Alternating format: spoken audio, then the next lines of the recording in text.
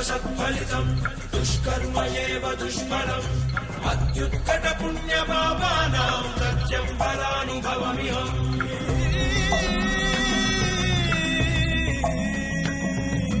ఈ చోటి కర్మ ఈ చోటే, ఈనాటి కర్మ మరునాడే, అనుభవించి తీరాలంటే ఈ సృష్టి నియమం ఇదే. ఎన్ని కన్నీళ్ళ ఉసురిది వెంటాడుతున్నది నీడల్లే కర్మ.